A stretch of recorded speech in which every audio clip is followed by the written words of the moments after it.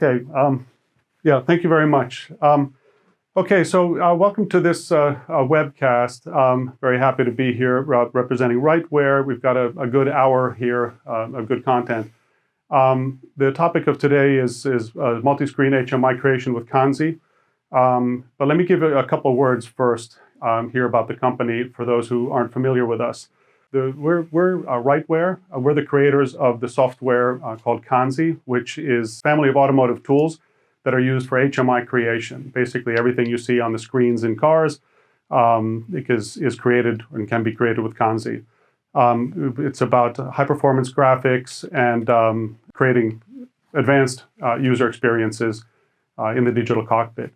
We're also a services company. We have services focused around design. We do a lot of prototyping work with our customers, building advanced technology and experimenting with advanced technology and demonstrations. Today we work with over 50 OEM brands with car makers. If you visit our website and check our references, you'll see names like Audi, Karma Rivero, you'll see Ford, the F-150, Mustang, and Explorer, and Lincoln. Recently, Mercedes-Benz, the Daimler Actros flagship truck, also there, and the Cadillac Escalade. So you'll see that we're working with global names around the world, leading OEMs.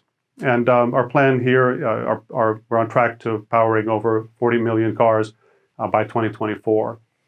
Let's get on with the topic of the day, and let me just quickly introduce the speakers. Our first speaker is going to be Tero Koivu. He is our COO. And then you'll be hearing from our CTO, Jussi Lehtinen. We'll be showing a video, sort of hands-on demonstration by Jaakkola, who's a senior technical artist here at Rightware.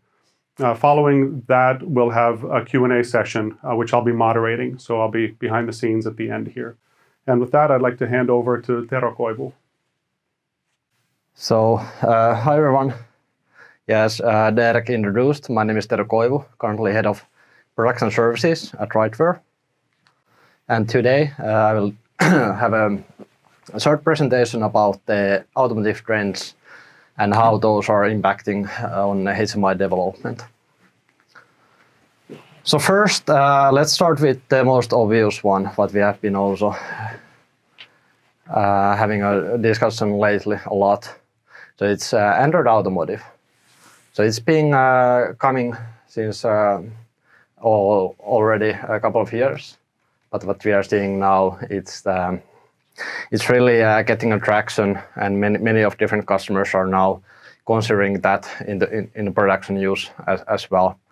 And Android Automotive, how it will change HMI development. So for sure, I mean, it will bring the whole ecosystem. It will bring wide variety of different applications what you can utilize there. So it will also shift focus a little bit what the car makers and what kind of services they are providing. So it's bringing a lot new possibilities, but at the same time it's bringing a challenge. So how to still keep and maintain the brand and make it look unique, but still leveraging all the possibilities what the Android offers. The next one what I have here is the connectivity and all the cloud-based services. So it's quite common nowadays when a new car ships from a factory, it already is connected to internet. And when OEMs and especially developers who are building applications for automotive use, then they can rely that they have a reliable internet connection available. So it will also change the way what kind of applications, what kind of services you can build for the end customers. So this will also change the way how we think about the UX and services what you can provide, and this will also make it possible to come up with a different kind of a business model and monetization possibilities as well. And this is not only about having an internet connection, but it's also that the car is connected to actual infrastructure. So knowing what's happening around you and then being part of a bigger ecosystem like the smart cities, mass transportation, etc. So I'm really interested to see in the future as well. So what kind of features we can come up and what kind of features automakers will provide to us. The third one here is more sophisticated UX. So we are seeing a lot more effort put to actually designing and thinking the car as a whole. So not anymore about just bringing a nice exterior design or bigger engine, but more also paying focus and paying attention. So what kind of digital services and what kind of user interfaces to build. So this is actually one of the biggest trends what we are seeing nowadays. So now the spotlight is also more on the display side and what is showing on the displays, and not that much anymore about how the car looks like or how the car performs. So this is a big shift also how we think and design about the future automobiles. Then one thing here. One thing here is also return of rich graphics. So let's say a couple of years ago, there was a trend of flat design and really minimalistic UI and UIs. So, but nowadays we are seeing that especially high-end 3D is coming back, and we are seeing more of a combination of the both worlds. So we are seeing usable and clear user interfaces paired with rich graphics, nice animations, nice transitions as well. So one example here is that now there was an announcement of Unreal also providing their game engine for HMI development. We have seen some news from Unity, and this is of course really welcome news for us as well, since Rightware from the very early days we have been building advanced 3D rendering engine, and we have always had a really good 3D capabilities as well. And now when the designers are more designing around and leveraging those rich graphics in UI creation, so I think it's really welcomed trend. Then the next one, we are also seeing more of this assisted and semi-autonomous driving. So cars are backed more and more, with more and more technology, and that of course brings up a lot of new use cases. What do you also need to visualize? So it is not only about that you have a smart vehicle, it's also about how you build and create the trust between car and driver. So when you are having a lot of ADAS systems and you have a lot of new features and technology, you need to be able to also to tell and demonstrate to customers how they are working, what the car is sensing, and if those are active or if those are not. So this is also bringing a lot of design challenges and a lot of basically opportunities as well. So what kind of UIs we will be designing for the next generation vehicles. Then the last point what I have here is having a software as an asset. I briefly mentioned about that it's not anymore about just like a beautiful exterior or interior design, but it's also more focused on the actual software and actual services. So car makers are not anymore just like hardware manufacturers, so they are also putting a lot more effort building their own software. And the biggest change what we see here is that the actual car makers are becoming more and more software houses as well, since they see the big value in the software, and also that will be crucial for their future as well. So they cannot give that asset away. So they are now investing a lot more to software development than they were in the past. So this was the last trend what I wanted to highlight here. Then, but what is slowing us down? So why we cannot have all of these available as of today? So first of all, and I would say one of the most important things is that, as I was mentioning many times, that we have increased number of features and functionality. So that also means that it will multiply the complexity of the system, especially when those different services are run in the different domains. So it's not that rare to see that the cars have multiple operating systems, they have multiple chips in there. So how to bring all of that functionality together into one like seamless package. And what we see here is the proper software architecture is more important than ever. So in the past, when we were doing more of this kind of just, let's say, more simple projects, the architecture didn't matter that much. But now if you want to build a future-proof software platform that you have to maintain over the years and you want to extend, so it's becoming crucial. Let's say that the first design steps, first implementation steps are very crucial for the future as well. Then the legacy and innovation, those are colliding. So my main question here is that can we change everything at once? And my answer would be no, we cannot. We still need to serve a different kind of needs. We still need to serve a different kind of car models. So we cannot just change everything overnight. So of course, when you still need to support old technology and you want to create and build the new innovation, that is of course the effort is always away from somewhere. So this is one of the challenges, but with our tools and with our approach, we want to make that transition period as easy as possible and as time efficient as possible. Then the next one is quite interesting question. So because there are no industry standards yet, so whom to follow? On the mobile side, it may be easier to see, okay, that's state of the art. We can try to catch up. We can try to be on par with them. We introduce some new functionality to a little bit stand out from the competition. But from automotive perspective, it's completely different. There's so much fragmentation, there's so many different configurations. So for example, you don't know in a car if you have one display or if you have 3 displays or even if you have one innermost display in center of your cockpit.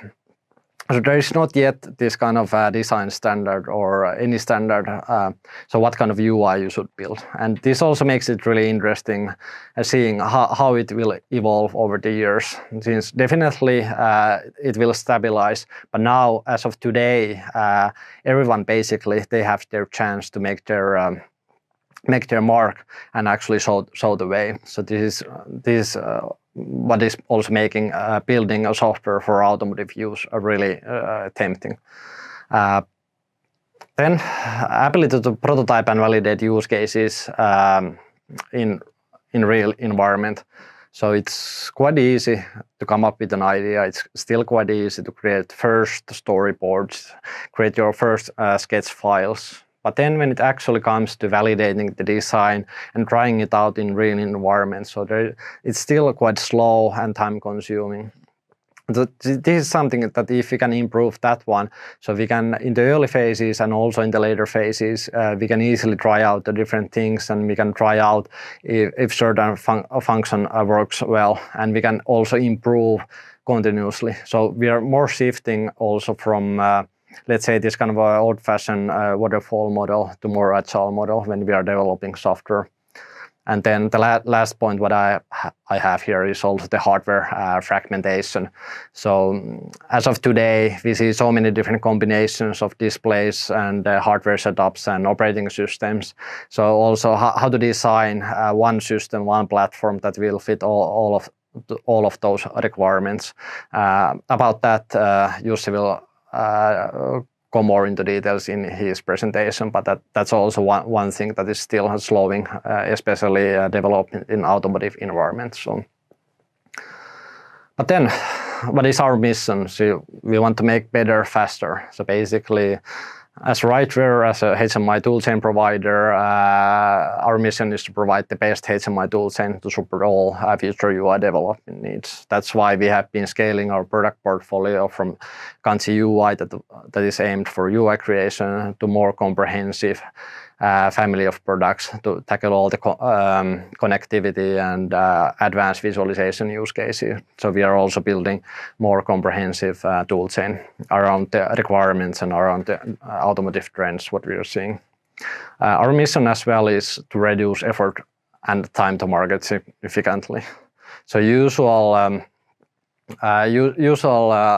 let's say life cycle of automotive software project has been around 3 years, but I believe we can make it much faster. So in the future, we don't need to anymore spend that much time, especially when we are building on top of some existing functionality. So we can make it a lot more efficient and a lot faster, and also at the same time reduce the cost down, but as well enable innovation in the earlier phases of the project.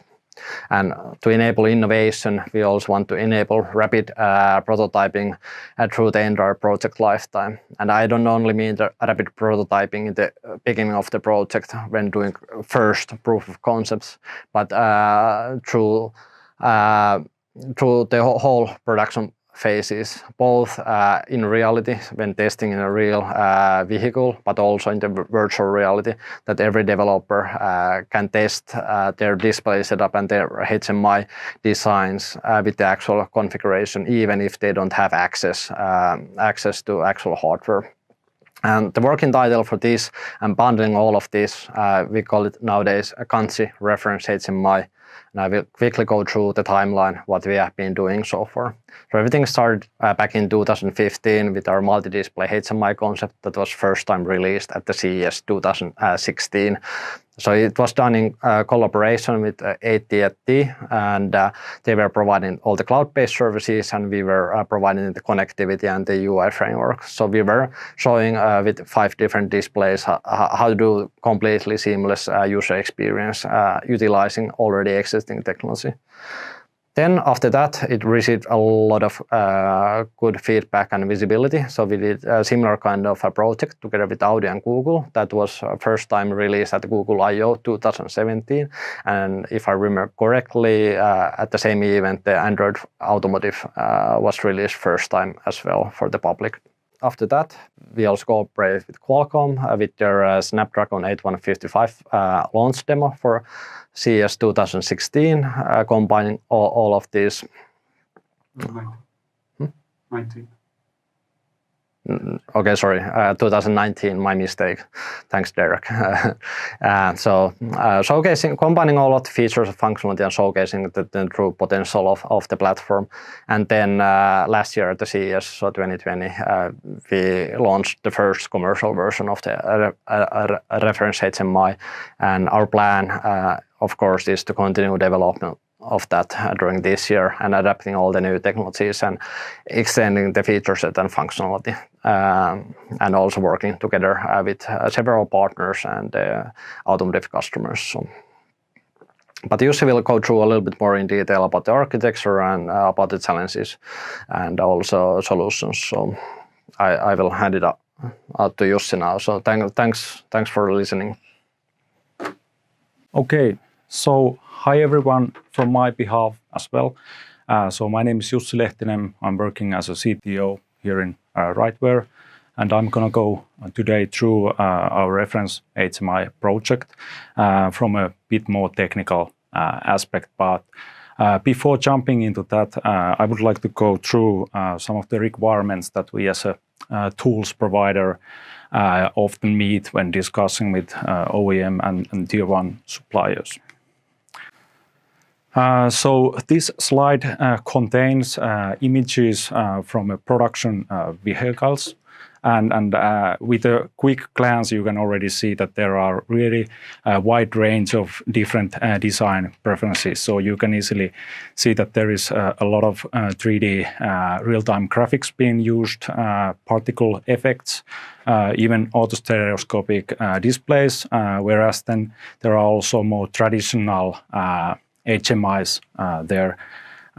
On the bottom right corner there is the Karma Revero, which is one of my favorites. So it has a signature UI that is really seamlessly integrating with the rest of the interior. Another challenge is that there are really big differences in hardware capabilities of the hardware that is being running the HMI systems. So on the low end, we are running on MCUs. These are really resource constrained systems. The operating environment doesn't probably have that much memory. When you are performing screen transitions, you need to unload the assets from the current screen before transitioning to the next one, and so forth. So there are really all kinds of challenges to come up with a great UX on those devices. On the other hand, if you take the completely another extreme, you can have a single hardware running multiple operating systems, multiple displays, rendering high quality 3D geometry with physical-based shading, and it still is able to reach high frame rates. So really big differences in performance. The third one I want to point out is the varying hardware and cabin configurations. So there can be multiple devices, multiple operating systems, different amount of screens that are different size and shape, and they are in different orientations. So this is a technological challenge for HMI framework to be able to adapt into all these different configurations. Then there's also the everlasting growing complexity in the software stack, and it needs a sustainable solution so that all the software can be integrated together. This all boils down into question in tooling. So what kind of a tooling would be sufficient enough to develop this kind of automotive HMIs with all these requirements? And if we look at the tools today, there are a lot of standalone tools that you can use to build individual parts of the HMI, but it really does not translate into a concrete, simple workflow that is easy to follow and that is effective. And for that, we have the reference HMI project that Tero already mentioned. The reference HMI project is something that we have been developing already for a couple of years, and it is basically a getting started kit for modern HMI development. So the Kanzi Reference HMI is implementing an example digital cockpit that combines our standalone Kanzi products into an easy to understand example containing all the basic functions that you need for a quick start. We have been building it in a way that you can achieve all the requirements that was mentioned in the slides, but it is also easy to add and remove features from the system and then basically do a full reskin for the HMI as well, according to your needs and to fulfill your use cases. As said, we are using a set of Kanzi products there. I'm not going through all of them in this slide, but I'm maybe pointing out the most interesting ones. So the first one is Kanzi Connect. It implements a distributed system for services and data. And in the reference HMI solution, we use that to gather data and functionality from different systems into one single place, and we are forming a services layer for that.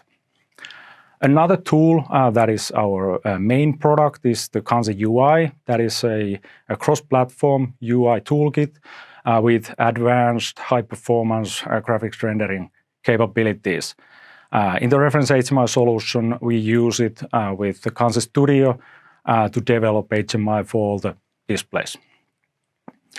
We have also been working a lot to add support for the Android for our products.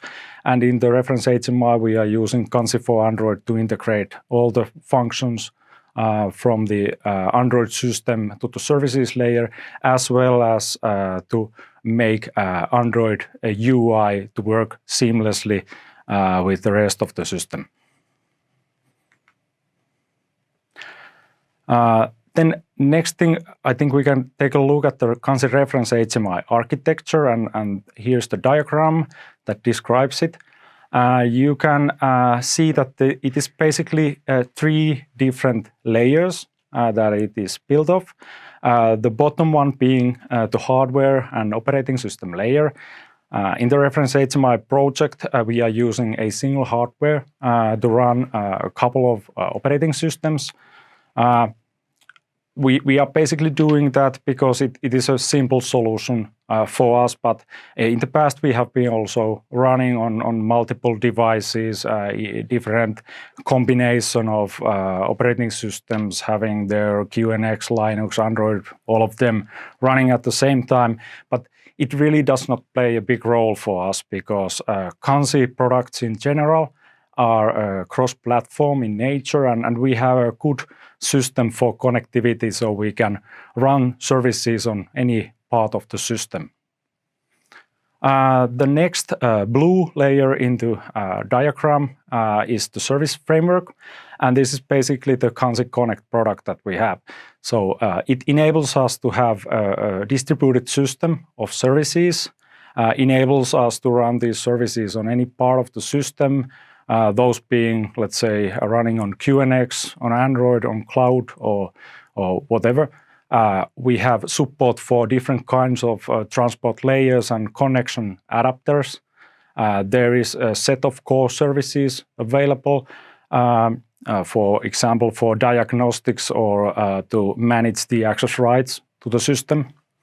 And on top of this, we are then building the actual services layer, which contains the functionality that is coming from all the different parts of the car and the platform.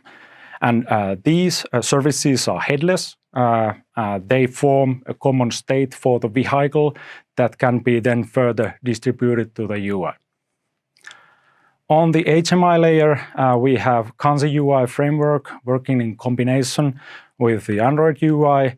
And with these two frameworks, we are able to provide a workflow that can be used to develop UIs for all the displays. Kanzi UI works in combination with the Android UI, which means that we are able to support all third-party software and applications while enriching the Android UI with high-quality graphics. The topmost layer is the UI layer. This is more like a set of UI functions. These can be native applications written on C++, or these can be Java, Android applications, fragments, activities, widgets, whatever. The basic idea and the common thing for them is that they all are connecting to the services layer, sharing the same awareness of the system, and therefore they are always working together in sync. Taking one step deeper and having a look how Kanzi Connect works, Kanzi Connect network consists of a server and a set of nodes, where the server is a system that maintains a list of available services in the system. The nodes are then connecting to the server, and they are either consuming the existing services or providing new services. The connection can be more traditional client-server, like so you can connect to the services through the server. But if you need low latency data streams, we also support peer-to-peer connections. There is also a mechanism to share binary data and virtual assets between the nodes, and this is extremely useful when the service is also providing graphics assets. For example, the album art. The Kanzi Connect services are reusable software components, and they are basically integrating one specific function into the vehicle architecture. And if we look at what the service is in concrete manner, it's a set of events, methods, and data, which describe the runtime state of the service. On the right-hand side of the slide, you can see an example of Kanzi Reference HMI Media Service that is using Android Media Session to choose the music source and control the music playback. These services can be written in C++, Java, or JavaScript, and we also have a simulator tool that allows you to perform prototyping and scripting with the services in a development environment. So how to connect the UI to services? So this can be done in Kanzi Studio. So basically, the technical artist can take Kanzi Studio, connect to a server, and discover available services. After that, the technical artist is able to perform the data subscriptions and bind the relevant server-side data and signals to the UI. The technical artist is able to use generic Kanzi UI interfaces to interact with the services. This translates to using data sources to access the service runtime state, or using triggers to listen for events and actions to call service methods and request some functions.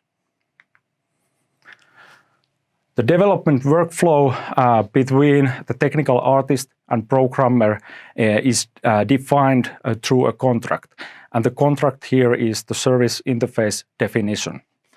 This describes how the service looks like, and the technical artist is able to upload this into the simulator and start developing UI prototype even before the service implementation is available. The programmer can use the same service interface definition to generate the project files and to take those into either Android Studio or Visual Studio. Whenever there is a need to iterate the contact, the service interface definition can be modified, and both sides of things can be updated easily. And this makes it possible to develop quick prototypes that are fully interactive, running on a real target hardware and enabling quick iterations. The next thing is a demo that shows how this thing works in action. Hi, my name is Jaakkola, and I'm a senior technical artist at Rightware. Thank you for attending our webinar. Today, we'll be implementing an autonomous driving mode into our HMI. We will be utilizing some of the assets that we have already built before, and we will be synchronizing the system with Kanzi Connect. We have gathered some new assets over here in a folder. We have some icons, a few gradients, and a few pictures for a widget that'll show us whether the mode is on or off. So let's start with the cluster. All right, so we have the cluster open, and here the first thing that we want to do is to add the car model that we've already built into the center screen. So there's two ways to do this. One, and the recommended way would be to build the car model into its own project and the whole car scene into its own project, and then refer to that project from both the center console and the cluster. However, the car is embedded into the center console at the moment, so what I'll be doing is the merge. We have a prefab viewport that contains the car that we have built into the center console. So if I drag this here under the root node, we can see the car show up in the cluster, our elements for this view.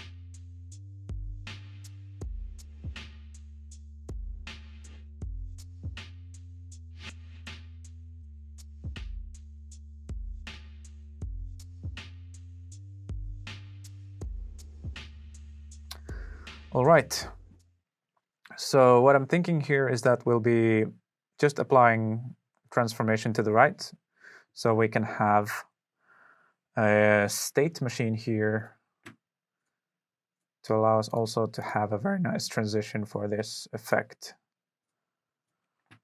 So I will be creating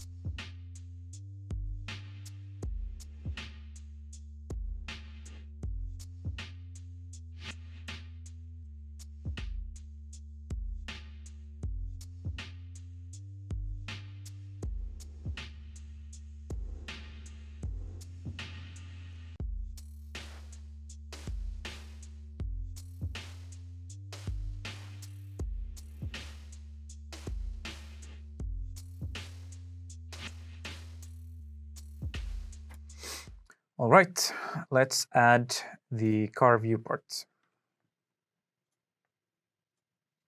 We can add it under the same state manager, so inside the same node. And what we want to do here, we actually don't want to have it inherit the movement of the parent node. So in this case, we will move it outside, make sure it's centered. Okay, we have an offset in our car that we brought in from the center console. And to straighten that, we just need to remove the viewport area from the pipeline state render pass. And this should bring the car to the center of the viewport. Make us feel a little bit more safe. All right, then we have a shader that does a neat wave effect that we can use to indicate the car radars being enabled. So I'll call this radar. And now we are going to work with a transparent plane. So it's going to be very important to sort everything correctly. And let's see, that's the wrong one. Let's rotate it here as well. Right, I see something there. That is the wrong shader. Okay, so here we go. Our material is called car radar. The plane should be a little bit bigger.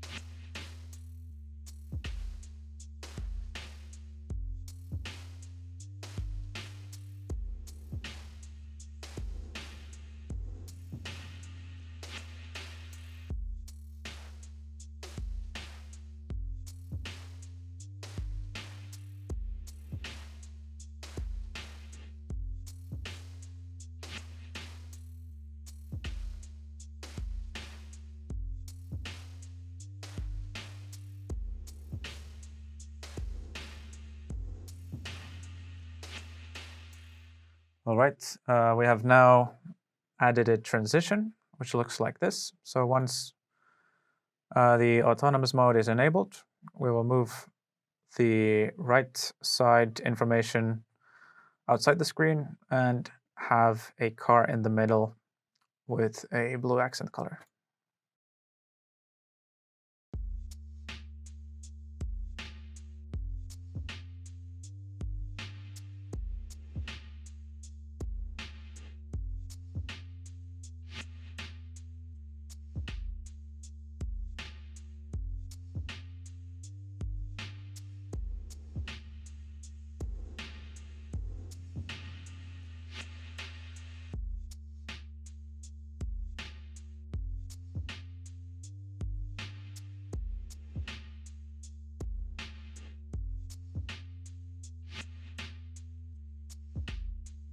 All right, we have everything set up in the center console.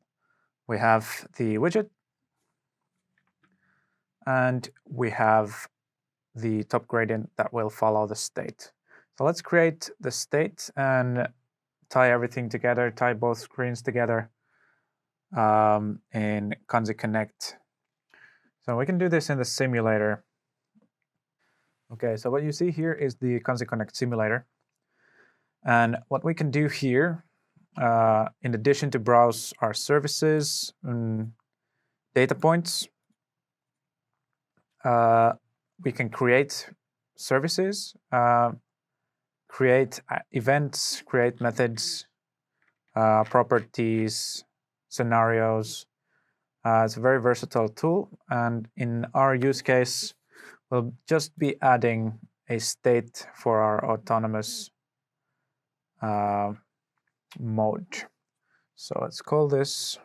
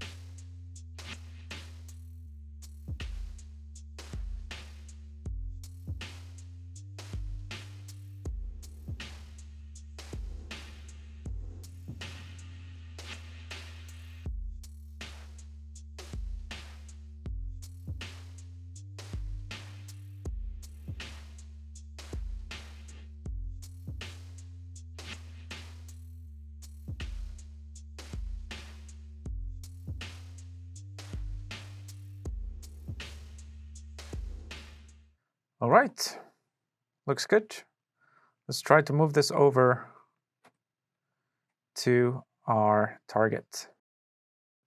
All right. We have now updated the KZBs, which are our binaries for our engine, to run on both the center console and our gauge cluster. So now we can see that we've got an additional widget that says autonomous mode off. If we press on that, both systems are synchronized and showing the autonomous mode enabled. Of course, use that to also turn the state on and off.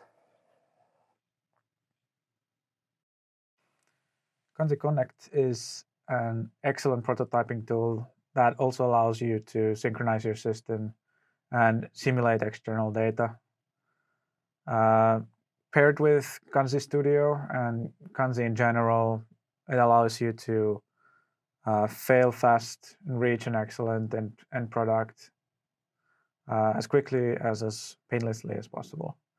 I hope you found the presentations interesting and enjoyable. Thank you for watching, and goodbye. Okay, thanks Jaakko. That was really impressive demonstration. So we are reaching end of this webinar. So before that, we still have one summary slide, and after that we will answer all the questions that we have received from the audience. So as a last words, what I want to say is that we provide completely unique and holistic HMI workflow, especially when you want to create connected multi-display HMIs. So it makes it possible to adapt all possible cockpit configurations, no matter how many operating systems, displays, and other hardware components you have in your system. So you can be sure that it also will be future-proof, and you can also change your configuration hardware setup on the fly as well without breaking the actual software implementation. As Jussi was mentioning, it will scale also from low-end to high-end hardware platforms. You don't need to have state-of-the-art, most expensive hardware to run this. So this also runs in pretty low-power devices. We help customers to turn their design vision into reality. So we provide the best tools, but we also provide a lot of help while doing that. And all of this is done in one single tool chain and in one workflow. So those were my last words. So now, next, we are up for a Q&A session. Sorry, we don't have a lot of time for Q&A, but I think we've got several questions here. One of them here is, would you recommend design teams and HMI teams in the automotive tier 1? Would you recommend design teams and HMI teams in the automotive tier 1 to play with the sample project that you provide, the HMI reference, even if we have a software provider using Kanzi, like ART, for example? Yeah, I can take this one. So definitely the reference HMI has been built to be as easily readable Kanzi project that we could possibly make. So we have the full usual HMI feature set in the reference HMI, and we have very basic examples of those. So the focus on the reference HMI is the actual service implementation rather than on the Kanzi side, like cool rendering features. So we tried to strip down all of the excess clutter from the Kanzi project itself and just showcase how the services are implemented. And so yes, definitely, if you get a chance to look at the project, you'll definitely find a lot of interesting and specifically important stuff from that project. Okay, great. Another question here is, what do you think about 3D engines like Unity and Unreal? How do you think they would influence the industry? Okay, I guess I can take that one. So, as I earlier mentioned, from the very beginning, Rightware, we have the graphics in our DNA, and we are just happy to see that there is more and more demand for advanced and high-end 3D use cases. So from our perspective, what we are seeing is more demand for this kind of technology, and in that perspective as well, I mean, competition is always healthy as well, so it will keep us pushing the limits and also showcase the value and also actually show that our vision has been right from the very beginning. So, okay. Thanks. Sorry, there's a lot of good questions still coming here. Yep. Any solution to deploy direct to VR hardware? To be precise, can we skip VRED and experience it in a VR headset? Yes, that's actually something what we are currently developing, and it should be available in a couple of months from now. So we are also building the Kanzi VR that would be a VR solution that is fully compatible with all the common VR headsets, and it will be fully compatible with Reference HMI and also with rest of the Kanzi products. Great. Does Kanzi Connect follow AUTOSAR standard? Any plan to adapt in the future? I can take that one. So Kanzi Connect uses Google proto buffers as a wire format. We are not supporting AUTOSAR as of today, but we are currently performing studies whether we can be AUTOSAR adaptive compliant. So that's definitely upcoming. Okay. Are there analytical features in order to improve an interface based on user behavior? Yeah, I can take that one. So at the moment, Kanzi Connect would enable that, but so far there is not any ready-made components how to collect the analytics. But nothing is preventing of building that kind of software building block in between of Kanzi UI and Kanzi Connect to start collecting that data and doing your own calculations and research based on that data. Right. What about collaboration work? If a few artists work on the same model, is there some checkout or lock mechanism? Yeah, I can take that one. So at the moment, we've been using our multi-project setup for this, which basically allows you to have multiple parallel projects and then reference from those parallel projects into the main or your host project, so to say. If you're working on the same model and you have split your, let's say, materials and the 3D mesh into separate places, or the scene and the materials into a separate project, that would allow you to work on them in parallel. So yeah, we have a workaround system for that. Okay, and we're almost out of time, but key questions keep coming. Can you, are you able to use the Android emulator to simulate the system without hardware? Yes, I can take that one. So yes, for sure, you can run Kanzi fully with Android emulator. The thing with the Android Automotive is that you cannot use the basic emulator for that, and for that, I think you would be needing the new Cuttlefish emulator. So we are currently also running that in our lab, so it's coming.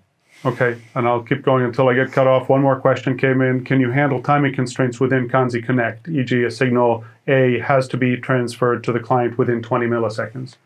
Yeah, so I can take that one. So we do support different kinds of transport layers, and one of those is specifically meant for that. So you are able to also use unreliable UDP for the data transmission, and that's as fast as it gets, basically. Okay, and since we are out of time, there's another question. Well, let's see. Since I'm getting this from the organizer, let me ask it anyway.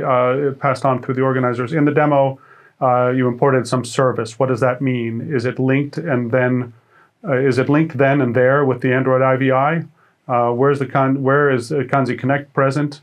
And is Kanzi Connect useful to share the data between the cluster and IVI? Okay, yeah. I can take that. So we just imported the service layer from the simulator. The simulator is running on the Android hardware itself. We had a Wi-Fi connection to the PC, and through that Wi-Fi connection we could access the simulator on the hardware. And we defined the new service on the hardware itself. And as the displays are both connected to the hardware, they also have the IP access to that.